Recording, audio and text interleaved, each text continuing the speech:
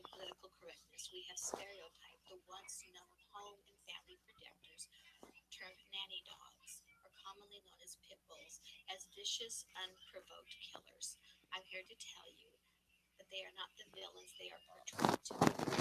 For almost 114 years, the American Pit Bull Terrier was recognized by the United Kennel Club as the perfect nanny dog because of its friendly nature, loyalty, and stability. They didn't recommend using these dogs as guard dogs because they were too friendly with strangers.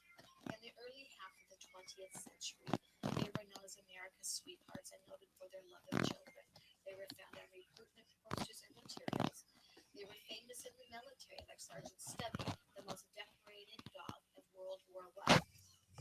Famous owners of pit bulls include Susan Milan, Helen Keller, Thomas Edison, Linda Blair, Brad Pitt, Sonny and Cher Bono, and Rachel Ray, just to name a few. Famous pit bulls you might recognize are Petey from Our Gang, Nipper the RCA Victor image by the phonograph, and Tig the Buster Brown dog from the shoe ads. What we have now is canine racism based on media hype and myths. The Houston Chronicle quotes unnamed officials as placing blame for the problems on humans. Quote, many of the pit bull attacks are due to skyrocketing number of poorly bred and badly trained dogs raised by backyard breeders. They are the dogs of choice for irresponsible breeders, dog fighters, and those who like the look of a tough dog. The ASPCA says, quote, pit bulls often attract the worst kind of dog owners. Quote. A 2009 study by the Journal of Forensic Science found that owners of vicious dogs had significantly more criminal activity. Pit bulls are more frequently abused, tortured, abandoned, and euthanized within the United States. The American Veterinary Medicine Association states, quote, controlled studies have not identified this breed group as disproportionately dangerous. They do not have locking jaws. That is a myth. Studies did show, however, that dog bite force was proportionate to the dog's size for any breed of dog. National Geographic did a study on three types of so-called vicious dogs, the Rottweiler, the German Shepherd, and the Pit Bull. What they found was the Pit Bull exerted less bite force than the other two dogs in the study. So based on looks alone, pit bulls are discriminated against. Legislation has proven to be ineffective. There is no proof that breed-specific laws, or BSL, make the communities any safer. Pit bull is a type of dog and not a breed, making it vague for legislation. A study by the Applied Animal Welfare Science found that 87.5% of the dogs identified as this specific dog type were proven incorrect by DNA analysis. In fact, upon review, it was discovered that the breed was incorrectly recorded over half the time in live bite reports.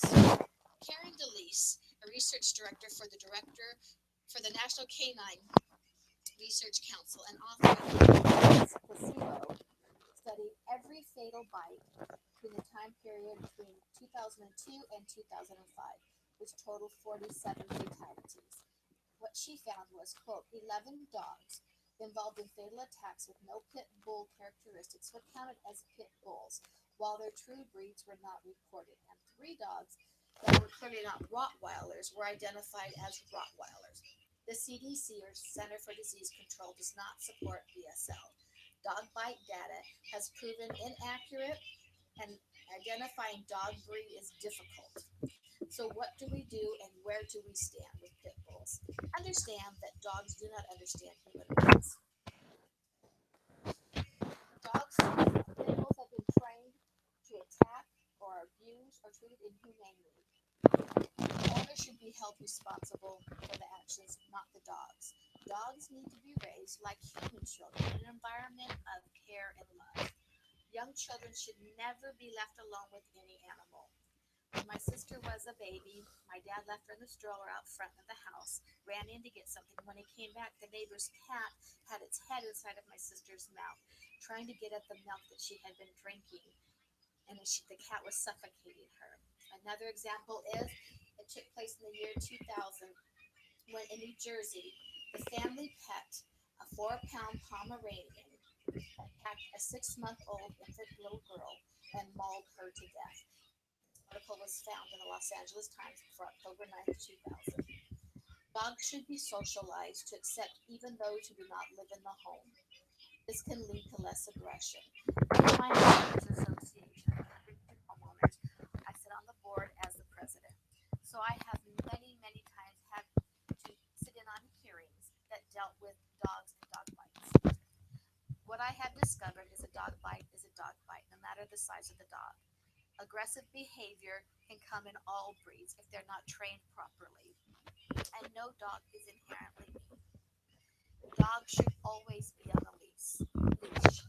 Biting is a natural activity of all dogs, and many animals have the potential to cause harm and injury. Properly train any dog or any animal that you own. Do not approach a dog that you do not know or do not know the owner of. We need to encourage dog owners to become knowledgeable about their animals and train them and socialize them so they can become our good dog neighbors. This responsibility is with the dog owner, not with the dog, who is subjected to the proper or improper training and exposure, just like parents with children. The blame has been placed on the incorrect party. The owners of animals are responsible for their behavior, and the public should always exhibit caution whenever around a strange animal. A quote from President Joseph Fielding Smith regarding animals states, quote, kindness to the whole animal creation, and especially to all domestic animals, is not only a virtue that should be developed, but it is the absolute duty of mankind. It is an unrighteous thing to treat any creature cruelly, end quote. I have had 7 pit bulls over the last 40 years and have never experienced a misstep with any of the animals. Children have yanked their tails and ears, have pulled on their nipples, have stuck their fingers up their nose and rectum, have tried to ride them. Not once has the dog snarled or snapped.